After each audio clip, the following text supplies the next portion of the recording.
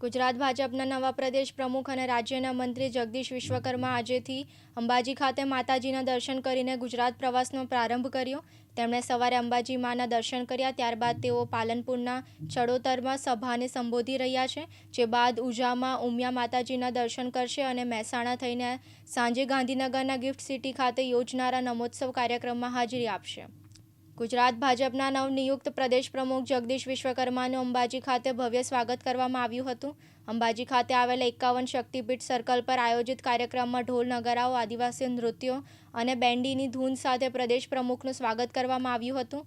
ઉલ્લેખનીય છે કે અંબાજીમાં પોતાની મોટી સંખ્યામાં ભાજપના નેતાઓ અને કાર્યકર્તાઓ ઉપસ્થિત રહ્યા હતા। સ્વાગત બાદ જગદીશ વિશ્વકર્માએ માતા અંબાના મંદિરમાં દર્શન કરી આશીર્વાદ લીધા હતા। માતાજીના દર્શન બાદ તેઓ તેમના પ્રવાસની યાત્રા માટે રવાના થયા હતા। ગુજરાત ભાજપ પ્રદેશ પ્રમુખ 10 થી 17 ઓક્ટોબર સુધી પ્રવાસ દરમિયાન જિલ્લાના પ્રમુખો અને શહેરના હોદ્દેદારો સાથે ખાસ બેઠકો કરશે।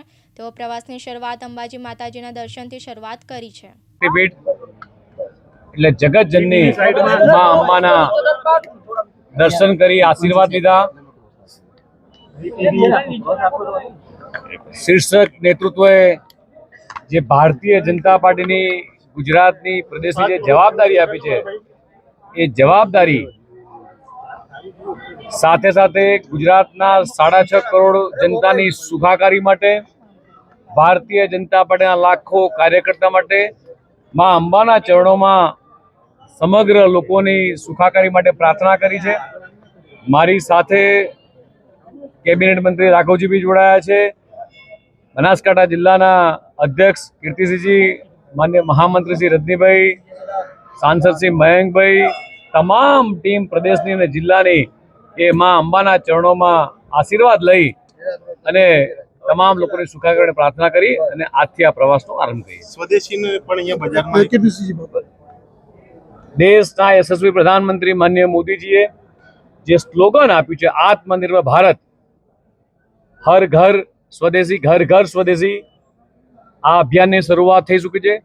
સાથે સાથે 5% જે જીએસટી જેટલી જગ્યાએ ઘટ્યો છે, જે ટેક્સેશન વાઇઝ તમામના સ્ટીકર્સ એ પણ આજે અહીંયા સ્થાનિક બજારમાં જે રીતે દેશના યશસ્વી પ્રધાનમંત્રી માનનીય મોદી સાહેબ કહી રહ્યા છે કે ભારતના કારીગરોના પરસેવાની વસ્તુ જ આપણે સૌ ખરીદીએ, અને દેશના તમામ લોકોએ આ આહવાનને ઉપાડ્યું છે કે આત્મનિર્ભર ભારત બનાવવા માટે, વિકસિત 2047ના સપનાને પૂરું કરવા માટે સમગ્ર દેશની 140 કરોડ જનતા એ દેશના યશસ્વી પ્રધાનમંત્રી માનનીય મોદી સાહેબના આ વાતને હર્ષભેર ઉલ્લાસભેર જ્યારે વધાવી છે, ત્યારે આજે સ્થાનિક એકમ દ્વારા ગુજરાત પ્રદેશ દ્વારા જે કાર્યક્રમ કરવામાં આવ્યો હતો, હર ઘર સ્વદેશી, ઘર ઘર સ્વદેશી સાથે જીએસટી ઘટાડાના જે સ્ટીકરનો જે સમગ્ર દેશમાં જે પ્રતિસાદ મળ્યો છે, જે જીએસટી ઘટાડ્યા બાદનો, એનો આજે અહીંથી સ્ટીકર લગાવીને અમે કાર્યક્રમની શરૂઆત કરીશું।